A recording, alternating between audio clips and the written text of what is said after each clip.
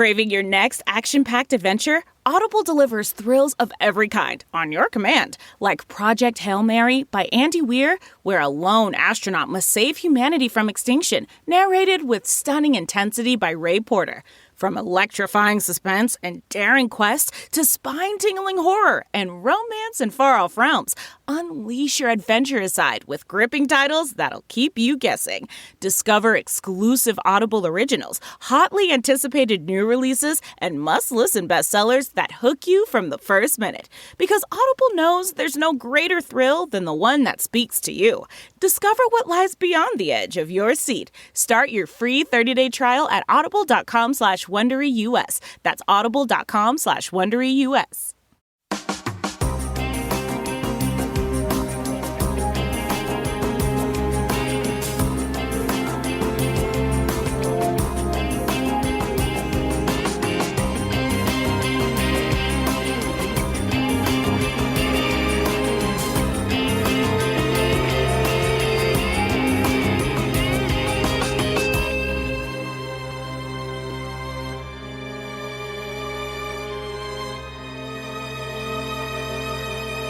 Welcome, everyone, to episode 42 of the True Crime All the Time Unsolved podcast. I'm Mike Ferguson, and with me, as always, is my partner in true crime, Mike Gibson, the one and only Gibby. What's going on? Doing good, man. All right, man. I like it. The one and only. The one and only Gibster. Hashtag Team Gibby. Man, that's all. Jessica started that. That's all you need. And it's just blown out of control. Oh, it's in control, man. We got a grip on it. Jessica started it and got Kristen making shirts. And yeah, good things are happening, man. We got great fans. Yeah, I love them. All right, Gibbs, let's talk about some new supporters. On Patreon, we had Scott Miner, Catherine Brooks, Suzanne Hyde, Karen Cohen, Alana Ali Reynolds, Sarah Parkhurst, Stephanie Cunningham, and Janae Moxie Cruz. I keep saying Moxie. Moxie. I like that name, man. Moxie Cruz. You know, she's probably got a lot of moxie. What if she doesn't? What if she, because my name... Low moxie? Yeah. All my moxie's in my name. I don't have any moxie outside of that. I don't know. I'll go with the fact that she's probably got a lot of moxie. I think she's got a whole lot of moxie. I think our fans have a lot of moxie. They do have a lot of moxie. Just in general. Especially Team Gibby. So on PayPal, we had Jane, Cynthia Kelly, Rosie Gallagher, and Jane Hooley, who all made contributions. Awesome. That is awesome. And then Laura Sands made a very special donation mailed in directly to our studio. Yeah. It was awesome. I don't know what we're going to do with it. I don't either. What do you do with clippings? But it's cool. Hair clippings of her hair that she sent to you. Yeah. But you know what? We appreciate everyone. Patreon, PayPal, Lauren Sands for her special donation. That was awesome. All of our Facebook followers, Instagram, Twitter. There's been so much retweeting, sharing. And I just ask that keep it up. Let's do even more. Absolutely. I don't think people realize. They think they're just retweeting and it doesn't mean anything. It means. That's one or two people that may not know about the show that give it a try. And I say right now, you turn to the person to the left of you and to the right of you, and you say, you got to listen to T-Cat. Wherever you are. That's right. You're probably by yourself listening to this episode. But it does. Social media makes a huge difference. And you can see in our numbers, they correlate to the activity on social media. Yeah, we can see. We also can look at and see East Coast, West Coast. You know what? Northwest, got to bring it up just a level. East Coast is crushing you this week. You have no clue what you're talking about. But it's funny. Yeah, I was just waiting to see where I don't know the things were headed. Yeah. All right. So once you're done with this episode, make sure you jump over. If you haven't already, check out True Crime All the Time. There's an episode out right now on Narcy Novak. Bad mama jamma. Bad woman. That's all we can say. You gotta check it out for the details. Bad woman. There's Batman's involved. He is involved. There's all kinds of nefarious, strange happenings. That too. Going on in this episode. And we've got some new merchandise in. You can check it out on our website, truecrimeallthetime.com, or you can go to our Facebook page and find the link there. Got new logo mugs, logos on both sides, and we have new logo mouse pads. Still trying to figure out the t-shirt situation. Working on it.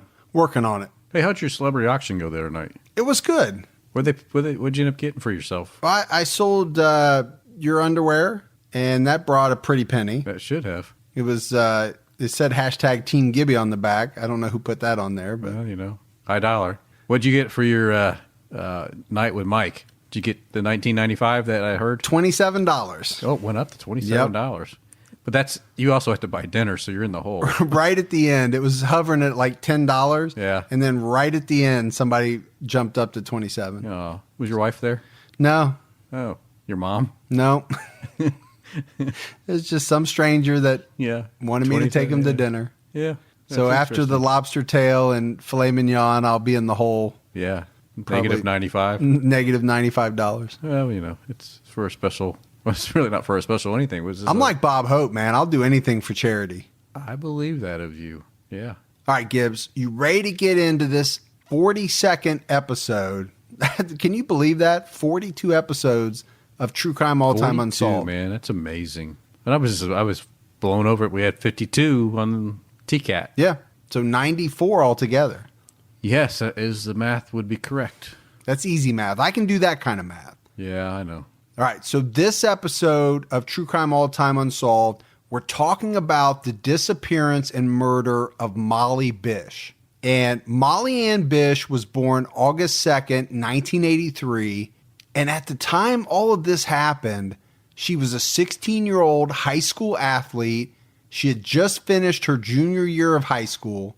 And Molly had trained to become a lifeguard at what was a little strange to me, Gibbs, because I was not familiar with this, but it was what they described as a local swimming pond. Yeah.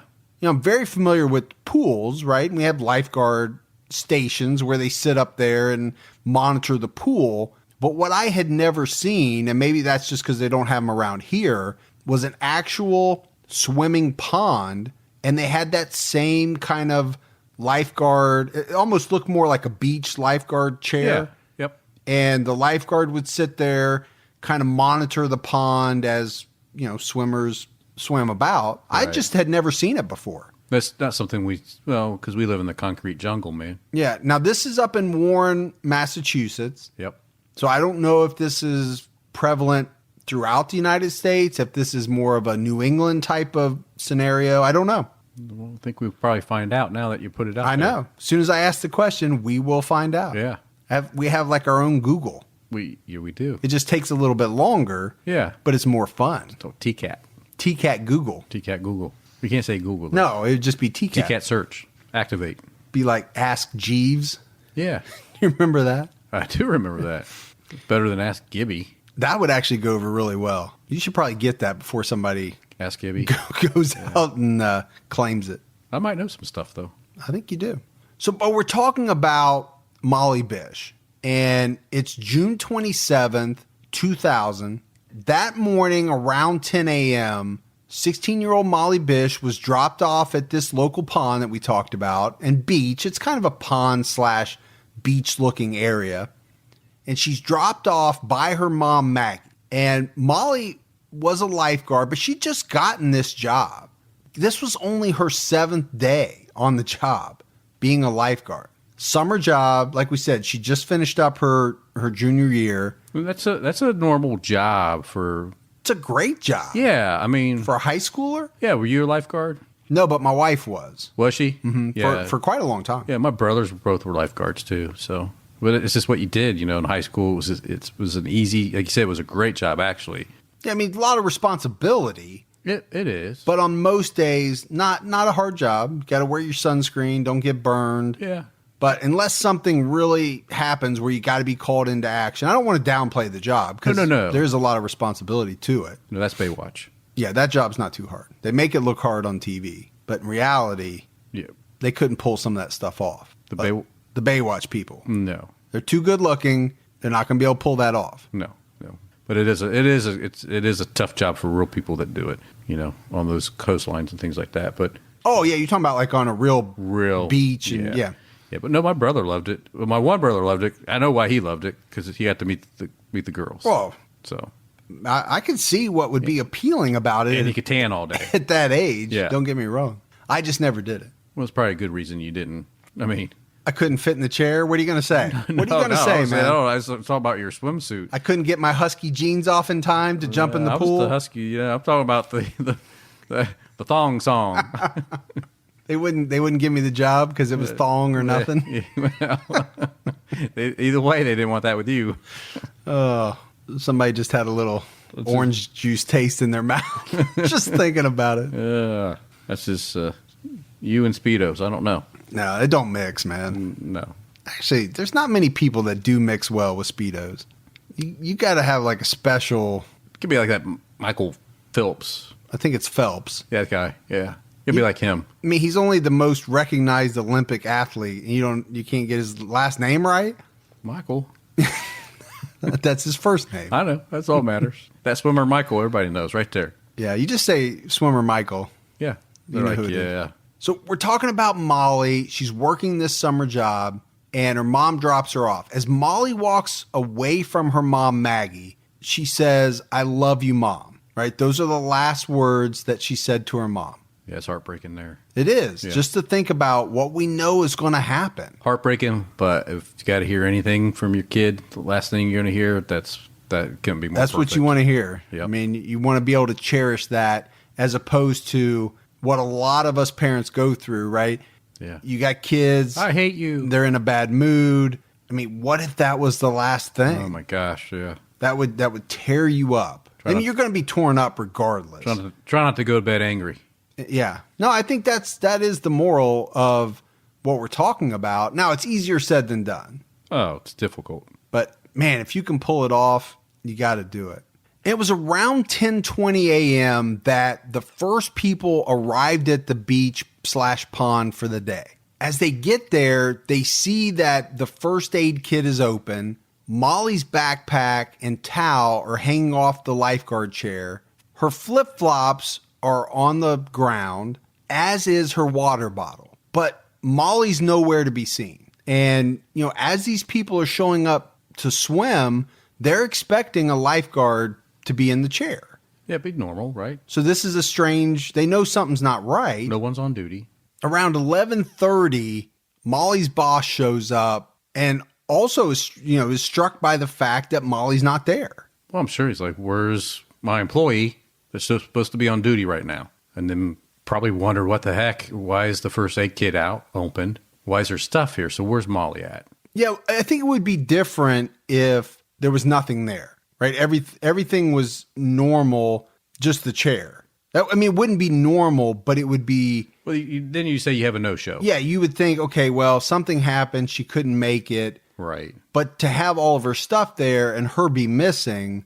It's a sense of, to me, that would be more alarming. Yes. The alarm bells would be going off. And they should. And they do, because he decides to call the local police. So the police arrive and they call Molly's mom, Maggie, to ask her about her daughter and whether she knows where she is.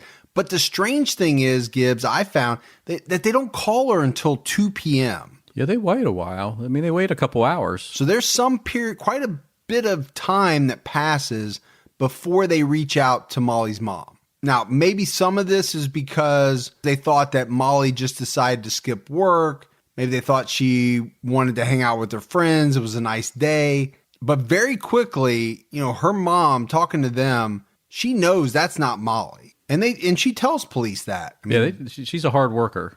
She tells them, that's not my daughter. My daughter wouldn't do that. Right. She takes her responsibilities serious. Yes. Yeah. Or seriously. And seriously as well. And I don't think it was just Molly's mom. I mean, anybody that knew her, they knew that Molly wouldn't act in this way. She wouldn't show up for work and then just leave like that and shirk her responsibilities. She was, like you said, Gibbs, she was known as a very hard, dedicated worker. Granted, she's young. She's only 16 years old, but everybody talked about it. I mean, she had a work ethic already at that age. But yeah, just to be the lifeguard. I mean, she had to do those early morning Saturday trainings, multiple times to get to be able to have the job. And like we said, she only had this job for 7 days, but that work ethic would have shown itself in other areas, at home, and maybe she had other jobs. I don't know if she did, but... Well, and also, I mean, she was a really good school, athlete. Yep. So to be all that, you have to have some type of commitment. And whether your kids have a good work ethic or they don't. Yeah. I feel I have a very strong work ethic. I would agree with that. Yeah. So I should have let you get the rest of that out because it didn't come out. But yeah. You can't say it, but I know it's there. Yeah. You have it. Yeah, I've got it. I use it. Having worked with you as long as I have, I have seen it. Now, the next thing that police do is they go and check with Molly's boyfriend, and this is a boy by the name of Steve Lucas, and then they check with some of her other friends. They don't know anything about where Molly is. None of them had seen her. The police start discussing the possibility that maybe she went swimming. Maybe she took a dip before everybody else showed up and something went wrong. Yeah, and I think that's where they jumped right away to that conclusion. If you think about it, you get there and you see, like we talked about, her stuff laid out. Her sandals or flip-flops are laying by the lifeguard station. It makes kind of sense. You think maybe she got in and maybe she was doing some laps out in the pond and got tired and just couldn't make it back. Or something else went wrong. Yeah. But I think it's plausible because they can't find her. They know she was there. All the logical places that she could have went to, people were saying she's not at her home, she's not with her boyfriend, she's not with her best friends. Right. So I think it's a plausible explanation or a plausible theory for the police to come to. And pursue. Did she start to swim? Something happened and maybe she drowned. Yeah, like a little Charlie horse or. But I think the thing that counteracts that is both Molly's family and her boss, they were highly doubtful of that because she was a very strong swimmer. Yeah, strong swimmer, strong athlete, so... Doesn't mean that something couldn't have happened, but they were thinking, that's probably not as plausible as you think because here's the reason why. Yeah, I mean, I think I'm a pretty strong person, but I get a Charlie horse, man. I'm down. Yeah. I'm down, man. Things can happen to the strongest of people. That's right. Including the mighty Gibbs. Gibster. But it's going to be almost to the end of that afternoon when the local police turn over the investigation to the state police. And you have local, state, county, district attorneys, authorities. They start to put together a massive search for Molly that is going to go on for the next 72 hours. And to the point, I've read in a lot of the research that this was, at the time, the largest search in the state of Massachusetts. To your point, Gibbs, I mean, there were people driving up from Boston, driving from different parts of the state just to participate in the search. I mean, they even had a $100,000 reward, which, I mean, at that time was a lot. I mean, it's a lot of money today, but really a lot of money back then. No, it was. Well, and it's pretty high, I think, for an initial reward of that type. Because normally in these cases like this, we see it like 10,000, 20, maybe. Yeah, $100,000 is a lot. That's some big change. Mm-hmm.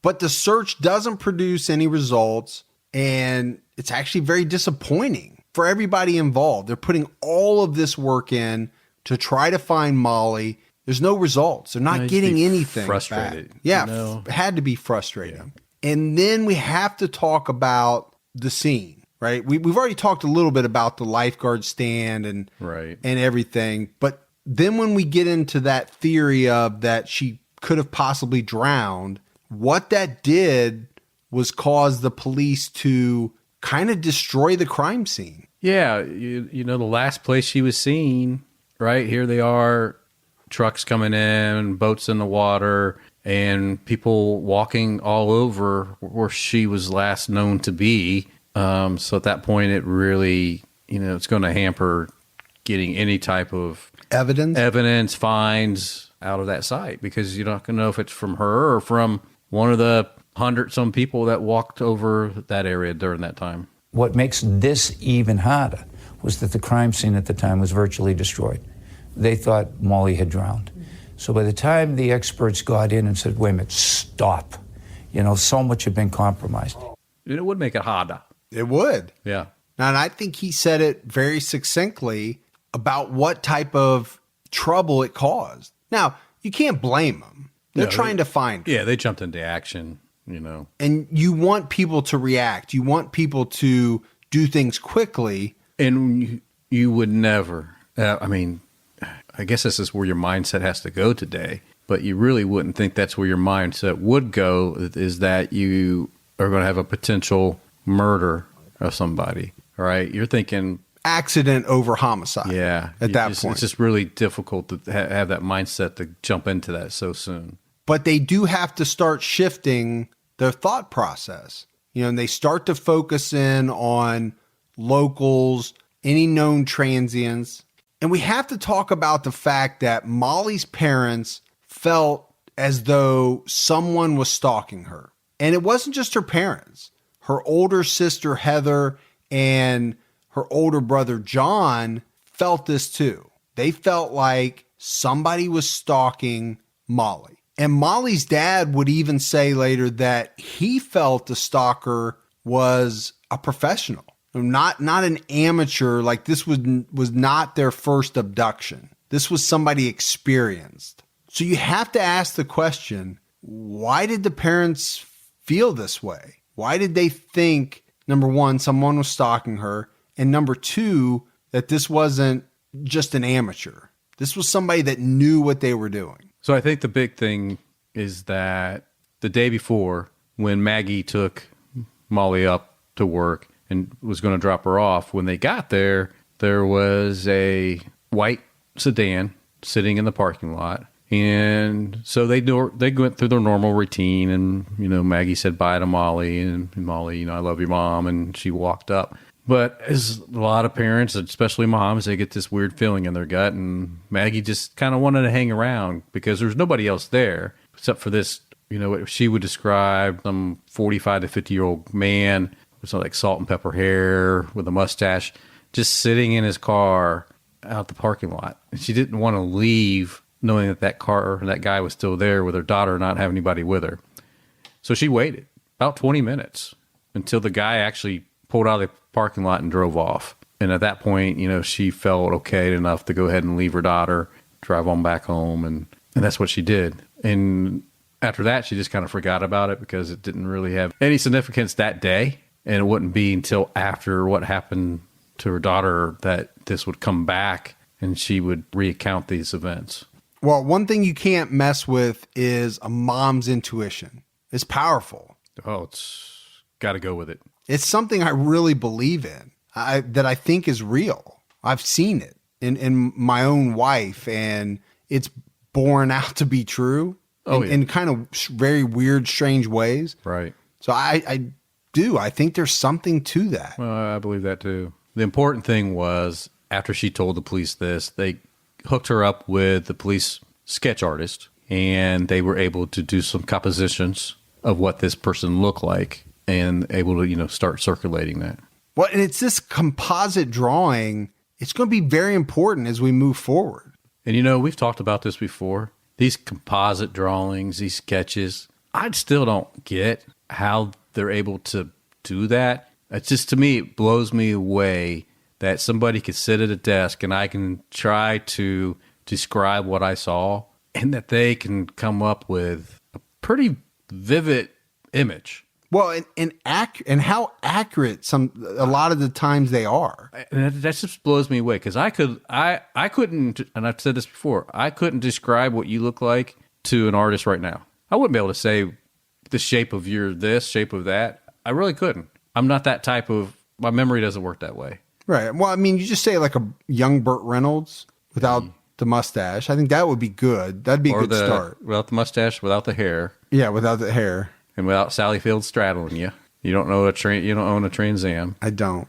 So You All have a cowboy hat? Let's scratch. I do have a cowboy hat. Oh, well, there you're in. So you wouldn't know about the hair. Yeah, I wouldn't know. That's right. But no, I do think it's amazing. If you go back and you look at like some solved cases and take a look at composite drawings that were done way before they caught the person, compare it to the actual person, sometimes it's amazing. So the police have some additional information. They've got this composite drawing now, and they're talking to a lot of people in and around the area. And then you have some other witnesses that start to come forward and say that they also saw this car, this white sedan, at the local car wash parking lot on the same road as the pond earlier that day. Interesting. That Molly went missing. Yep. So that is interesting. There's a connection. So Molly's mom was right in her intuition. Another person would say that they saw the same car in the pond parking lot just a few minutes before Maggie would have arrived that day for her 10 o'clock shift. And you have one other witness claiming to have seen that car later that morning at the end of a trail at a cemetery. And this trail, Gibbs, it leads back to the pond where Molly was working. You know, I think this is all critical information. It is. I mean, this white car is essentially at the center of everything that we're talking about. Now, this was a big case back in 2000. You know, obviously all over the local news, regional news, but it made the national news as well and was featured on shows like Disappeared, Unsolved Mysteries, America's Most Wanted, and 48 Hours. So it got a lot of attention. Now, Molly's mom, Maggie, was able to give the police some information as well. You know, she talked about the fact that prior to dropping Molly off that day to work, they had stopped at a convenience store to get Molly some water. And that's going to be that same water bottle, Gibbs, that we talked about that is found by the chair. And there's actual video of this, and you can see it. It's Molly and her mom, Maggie, standing at the counter purchasing the water. And this was not long before 10 o'clock. I mean, they were on their way, Maggie was, to dropping Molly off for work. Now, the other thing we know is that it's a short window of time when all of this happened, right? We talked about the fact that there was a woman and her child that showed up around 10:20 or so, give or take. So we're not talking about a span of hours. Right. We're talking 25, 30 minutes max. Max from the time that she was last seen to the time that she was abducted. Yes. And probably even shorter. Yeah. Because we don't know when she was abducted in relation to that first person showing up. But we know it couldn't have been more than 25 or 30. Yeah, and you would think, you know, if that person pulling up was getting out of her car with her kids. She would have seen something. She was seen or could have potentially heard something. Probably narrows it down. It was probably within 10 minutes of her getting there. I would think so too. Narrows it down to probably more of a 15, 20 minute window. Yeah, that's my thought. I agree. The family speculated that, you know, maybe somebody came out of the woods on that trail. They saw Molly. Maybe they asked her for some type of first aid treatment, faking an injury or something like that, trying to get Molly to help them, which you know Molly would have done, right, based on the type of person that she was. And it makes sense. You can see that because they find the first aid kit open. And I think that's what leads them to that speculation. Why else would it have been open? Either Molly had something, because nobody's been there. Either Molly had an injury that required first aid or somebody else did.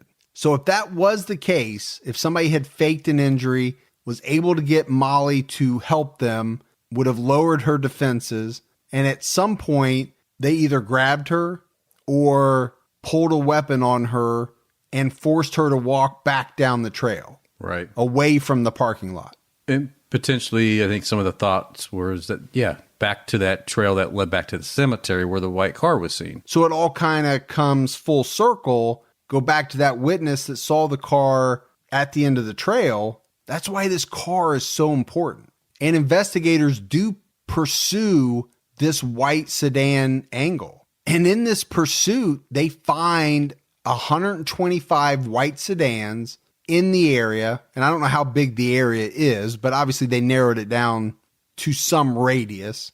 And they narrowed the list down to people that are local, and they're cross-referencing it with any known sex offenders. That seems like a good plan. Now, they get one hit on a known sex offender and convicted child rapist by the name of Oscar Belargian. And there were some people that thought he did resemble the sketch that had been produced in that composite drawing. He was questioned, and during this questioning, Oscar would admit to knowing Molly, saying that he had met her at some event in the past. But the problem that police run into is that Maggie and another witness, they're not able to pick him out as the driver of the white car that they had seen. So that's a problem. They can't identify him as the person that they saw. Yeah, that's the issue. But I'm going to say this.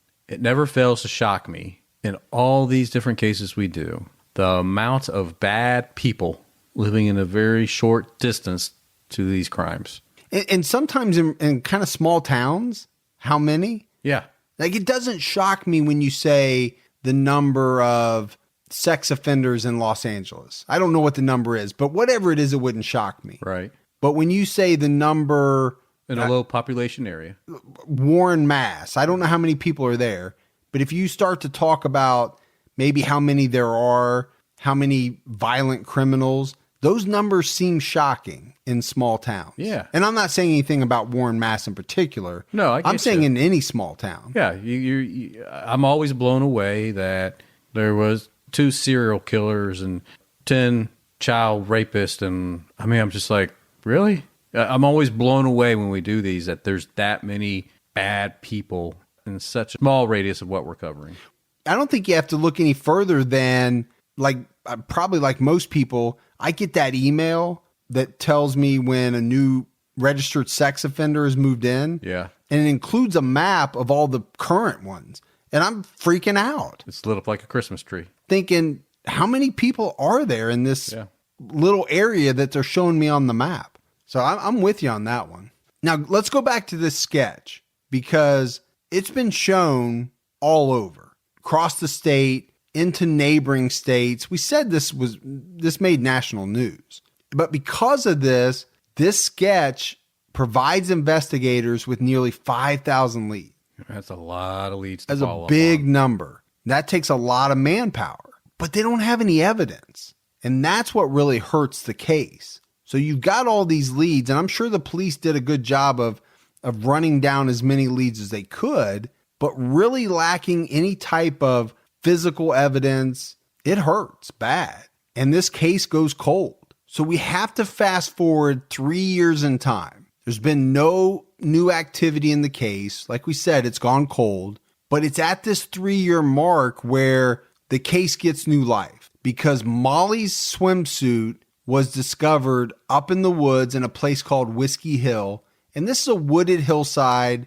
It's about 5 miles from the pond and where Molly's lifeguard station was. And this is a huge break. That is a huge break. I mean, when you've been sitting on a case for 3 years and all of a sudden someone finds what potentially could be her bathing suit.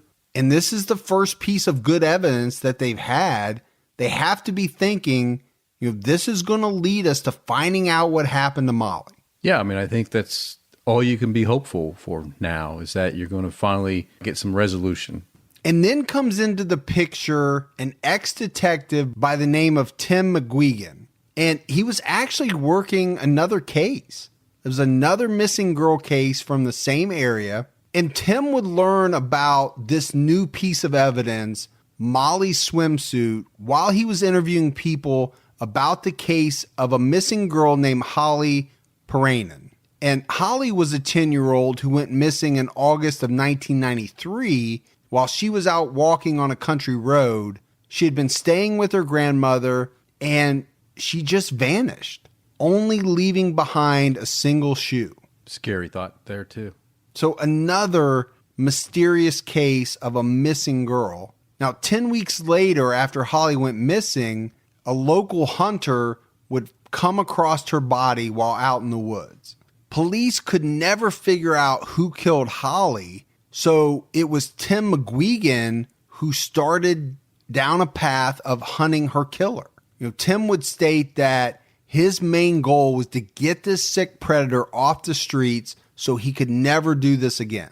Now, during this time, Tim was also writing a book about Holly's case, and he was reading about Molly's case as well. And Tim saw a lot of similarities between the two. He ended up approaching Molly's family to see if they would allow him to assist in investigating their daughter's disappearance. So this comes full circle, Gibbs, back to the swimsuit that they found on Whiskey Hill. It was Molly's blue swimsuit, and the reason that they found it was because Tim was talking to a local hunter named Ricky Boudreau.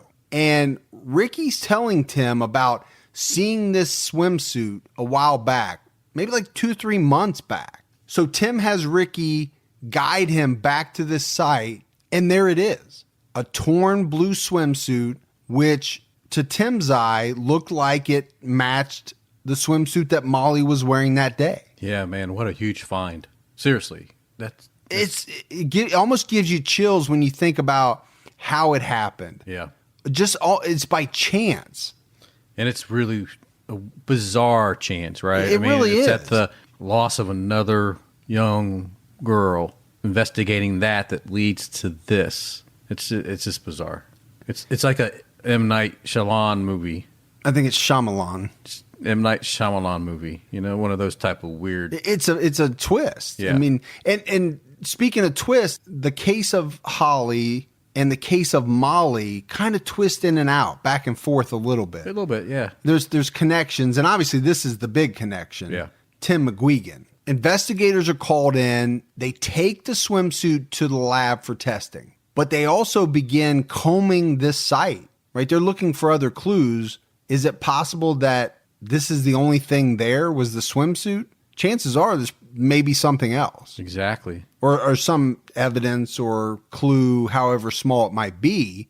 And it's about a week later that they would find what appeared to be an arm bone from a female estimated to be about Molly's age. And as the days go on, they find more bone fragments, rib, vertebrae. And eventually they're going to have about 20 pieces of bones. Yeah, they find these 20 different pieces of bones scattered throughout a few acres in the woods. And it's on June 9th, 2003, that they declared that the remains are Molly's. Now, the family is devastated. They are. Right. Any family would be, because you have to think there's hope, right? There's hope during these 3 years. However slim it might be, as time goes on, there's hope that she's still alive. Now, with this finding, that hope is gone. Right. You got always have the worry, what happened to my child?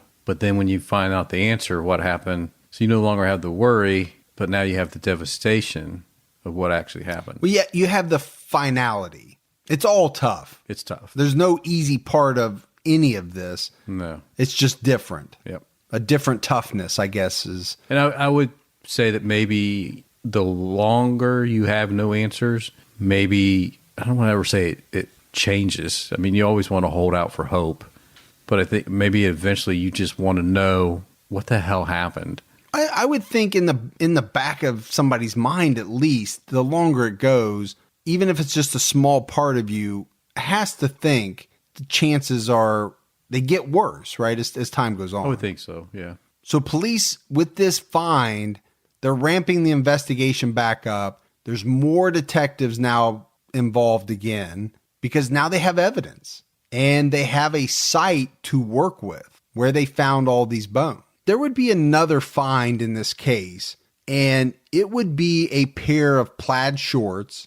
And there's some significance to these shorts, Gibbs, because let's go back to that video that we talked about, which was Molly and Maggie in the convenience store. You can clearly see in the video that she's wearing some plaid shorts. Right. And an investigator stumbles upon a bag that has some plaid shorts in it. And the family even thinks, these really look like the shorts that Maggie was wearing that day. It was a brown paper bag underneath a log, so she kind of just dug it up.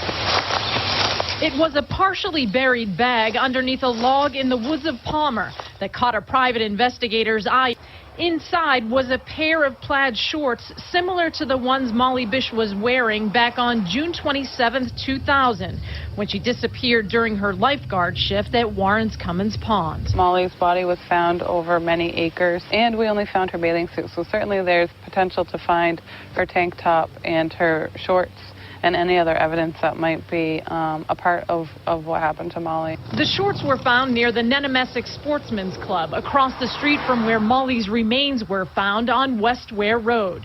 This surveillance video, obtained by Team 5 Investigates, shows Molly wearing similar shorts and a tank top in a convenience store with her mom on the morning she disappeared. This is the last image of Molly, captured about 13 minutes before she went missing. Do you think there could be anything to this after all of these years? Absolutely. Heather Bish says the shorts are a possible piece of new evidence that could help lead investigators to Molly's killer. Our hope is that this will never happen to anyone else and that we will be able to find the person that did this to Molly. So back to Tim McGuigan, he had to stay away from the official site because it contained known evidence now at this point. Tim called in a man named John Kelly, who is a known criminal profiler. And John Kelly would develop a profile that would say, in his opinion, this killer was a local man because he had to know the layout of the pond and how the trails led to it, as well as the area of Whiskey Hill. Because you have to think, no one had seen this abduction or the subsequent killing. So this guy had to know his way around not to be seen once he had abducted Molly. And that's logical to me. It does. It makes a lot of sense. Yeah. Now, I think you could say that in a lot of cases, right? You could make that statement.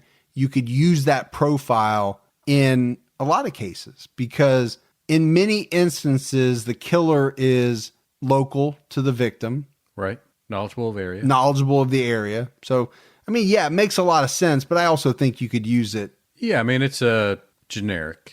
Right? It fits. It fits a lot of scenarios. So let's put it that way. Right.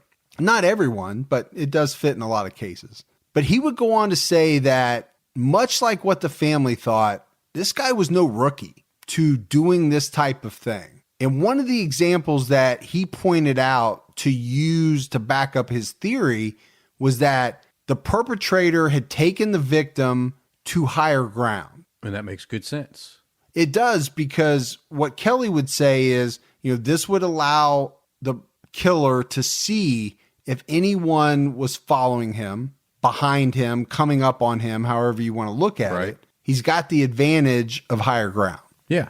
And then it's a whole lot easier to escape, to get away, to move on when you see people coming versus them coming up on you, Yeah, because from that vantage point, get a little leadway. You have time. Yes. And you know which way to go to escape. And one thing that both Tim and John thought was that the killer in both Holly and Molly's case could be the same person. So this is another theory that they had.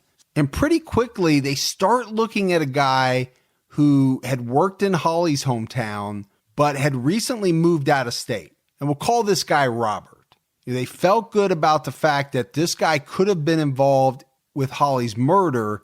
They weren't as sure about Molly's murder. A couple of things they knew. They knew that Robert had purchased new boots the day that Holly went missing, and that he had also junked out a car that he had been driving just days later. And he knew the area very well. So I think the junking out of a car, Gibbs, to me, that is a red flag. That's a huge red flag to me. Because why do you do that? Yeah. Dispose of evidence. Dispose of evidence. Yep. Other than you really just had a junker car and you need to get rid of it. Right. If If you're a killer, you do it because you don't want to take the chance that the person that you had in that car left behind some evidence that's going to be found later on. Right, exactly. There was something strange that Robert did. And this was the fact that he actually went to Holly's family during the time that she was missing, and he asked to assist in the search activities. And this sounds like something you would see in a TV movie or cop show. Yeah, this is like Lifetime. Because this is something that actually profilers say or investigators say. A lot of people that commit, these type of acts, they come back later and want to get involved. Yeah, they want to be close to it. They want to be close to the action. They want to see what's going on. That's why sometimes they'll stake out the cemetery In the funeral. at the funeral. Yeah. They're suspicious of certain people that ask so many questions or ask too many Or questions. inject themselves into the case. Exactly. Yeah. And what makes it even more strange as it relates to Robert is he actually goes to the press and tells him that he's a suspect, but he vehemently denies any involvement. So he hasn't been named a suspect. Nope. He just offers it up. It reminds me of the Colonial Parkway murder when we had the one retired sheriff or deputy. He moved to Georgia, but before then he kind of threw himself into the mix that he was a potential suspect, but no one ever called him out on that yet. Very strange to offer up the fact that you're a suspect when nobody else knows you are. Exactly. Very strange. Yeah. Now, the police couldn't tie him to the abduction, but they do come out and say that he did not pass a polygraph. There were also rumors about Robert bragging about Holly's murder, but there's not really a lot of concrete evidence to that. I mean, it really is mostly rumors. And Robert was on police radar even after moving out of state, mainly because of the fact that he kept getting arrested for petty theft and assault. So he was on the radar before he moved. Obviously, he had to have been. Right. But he stayed on police radar because he was getting into trouble. Another bad person in an area. And just moved to another area with a bunch of other bad people. That's right. New bad people. Just bad people everywhere. Lock your doors, people. Lock your doors. Stay safe. Keep your own time ticking. And get a K-bar. But now we have to talk about Robert's potential tie-in to Molly. He was in the area at the time she went missing, and he does in a way resemble the sketch. But they have no solid evidence against him. So, right now, all they can do is say, he's probably a person of interest. Nothing more. So Molly's family, they laid her to rest on August 2nd, 2003, which would have been her 20th birthday. Yeah, that'd just be a tough thing to go through, man. I just couldn't imagine. No, because nobody should ever have to go through that. You hear it all the time. No parent should ever have to bury their child. Now, It's not how it's supposed to work. Now there's illnesses, there's sicknesses, there's cancers, there's things that happen like that. Right. But to lose a child at all is horrible. But in this way, Doesn't work that way. shouldn't. No. Should never happen. In 2009, a new suspect emerged. They started investigating a man named Rodney Stanger. And Stanger was a Florida resident who was charged with and later was convicted of murdering his girlfriend, Crystal Morrison. So the murder of Crystal Morrison happened in Florida, but Rodney Stanger had lived in Southbridge, Massachusetts, which is just up the road from Molly's hometown of Warren. And Rodney was known to camp at this campground located very close to the pond where Molly worked. And not just that, but he was camping out there the night before she disappeared. Add to that the fact that Rodney Stanger did not move to Florida until after her murder. It makes it a little suspicious. It does. And you could see why he would be on police radar. You could see why he would be a suspect. And it would be Crystal's sister that would call the Massachusetts State Police about Rodney Stanger. And she would let them know that he had a white sedan, that he regularly fished at the pond Molly worked at, and he hunted in the woods where she was found. And then the last thing that she would tell police is that Rodney Stanger closely matched the composite drawing because she had seen it. So the police would interview Rodney Stanger about not only Molly Bish, but also the 1993 murder of Holly as well. But they never could put anything together. He was never charged in either of the cases. Now, during the investigation, it was discovered that when Holly went missing, Molly actually wrote a letter to Holly's parents saying that she hoped that Holly would be found. I mean, that's chilling. It is chilling when you think about it. Convicted murderer Rodney Stanger is a person of interest, along with this man who was staying at a nearby campground. He looks like the suspicious man at the pond spotted by Maggie Bish the day before Molly disappeared. And he had a white car similar to the one that man was driving. Investigators are doing enhanced DNA testing on evidence taken from the pond, the woods where Molly's body was found 3 years later, and other locations. In November 2011, a man named Gerald Battistoni was named a suspect in Molly's murder. Previously, he was a confidential informant for the county's narcotic unit. Battistoni had served prison time for the repeated rape of a teenage girl in the early 1990s. While he was in prison, he tried to kill himself because he was labeled as a suspect for both Holly and Molly's murders. Now, this guy, Gibbs, he'd been in trouble with the law since the early 80s. He matched the composite sketch. He had been seen in the area where the body was found. So they liked him. They liked him for possibly being involved. Yeah. I know people are going to say, it sounded like a lot of people look like the composite sketch. And it's true. Some of the suspects we talked about, they say that. There's actually a site that puts the composite sketch and 3 of the suspects on the same page. You can make a fair argument for each of them that they look like the composite sketch. You really can.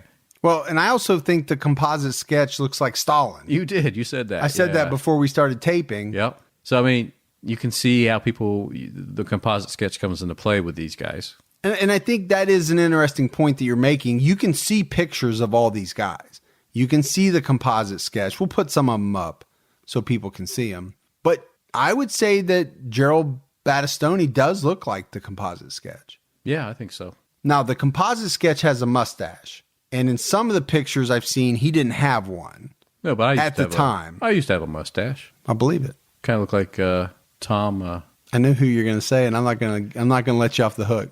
Magnum PI. Yeah. Tom Selleck. I wasn't going to let you, but it was going too long. But blonde.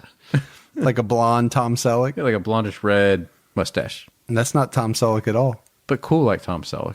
Only Tom Selleck looks good with a mustache, man. That is true. You go, is this a solo mustache? Otherwise, you got to go like you, the goatee.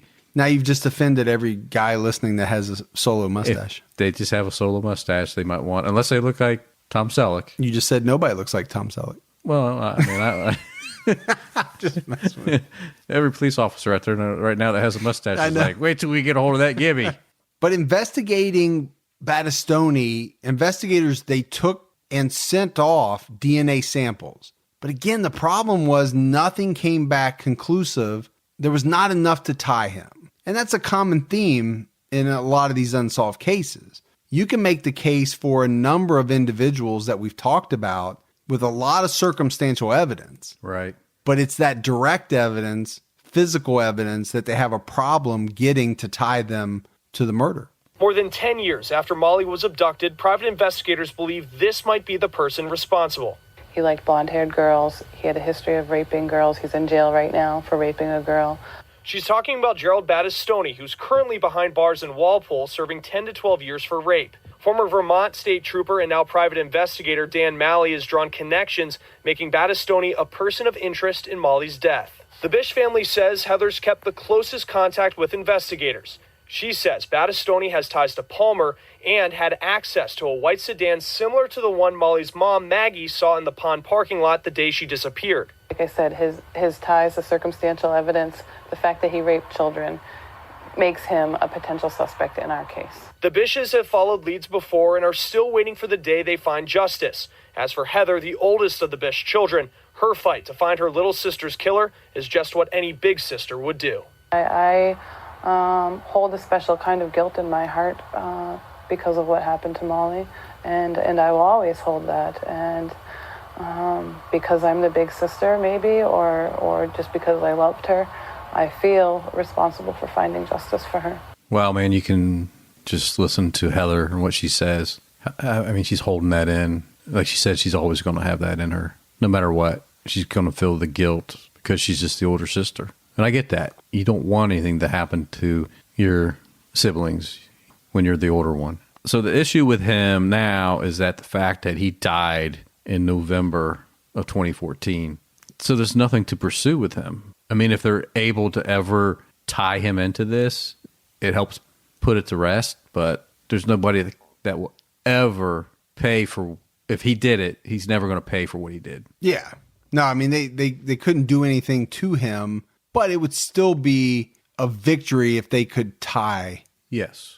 Enclosure. Yeah, enclosure. But if they could tie some type of physical evidence to him or any of the suspects. Now, in 2012, there was some forensic evidence from Holly's murder. Like we said, I mean, these two cases, they kind of flow back and forth. I mean, there is a lot of ties. This evidence in her murder led authorities to name a man named David Poliot as a person of interest in Holly's case, but not Molly's.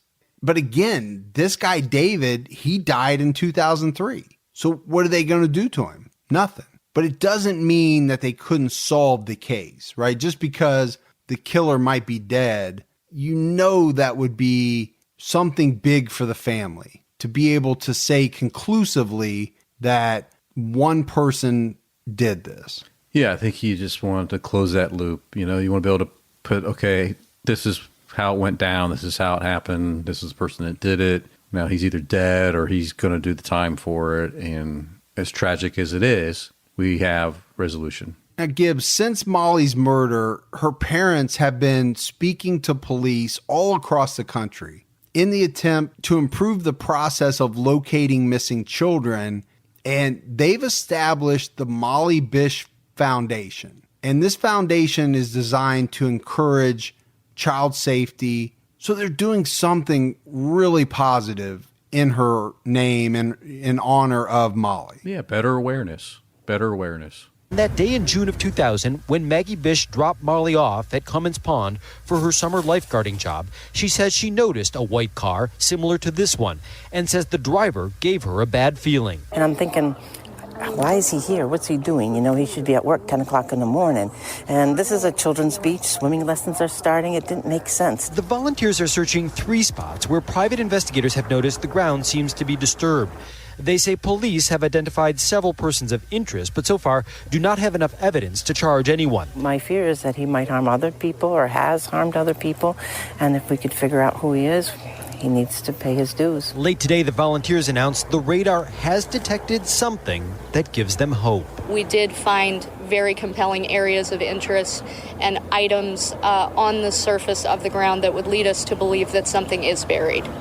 So I wanted to play this clip because, number one, you can hear Maggie talking, but also this clip is very recent. And it really shows you that nobody's given up on this. Nobody has given up on attempting to find Molly's killer. I mean, the family would never give up. We know that. But you've got private investigators, you've got police. They are still attempting to solve this case to the point where you heard them on the clip. I mean, they've got ground penetrating radar. They're running down leads and clues, and still to this day in 2017. And that's great. No one's given up. No.